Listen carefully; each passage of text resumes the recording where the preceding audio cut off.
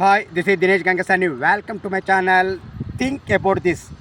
ప్రస్తుతం రాష్ట్రంలో కాంగ్రెస్ పరిస్థితి ఎలా తయారైందంటే బీఆర్ఎస్ పేరు వింటేనే వణికేలాగా తయారైందండి. మరీ ముఖ్యంగా కేసీఆర్ పేరు, అసలు వాళ్ళు కేసీఆర్ పేరు ఎత్తని రోజు లేదండి.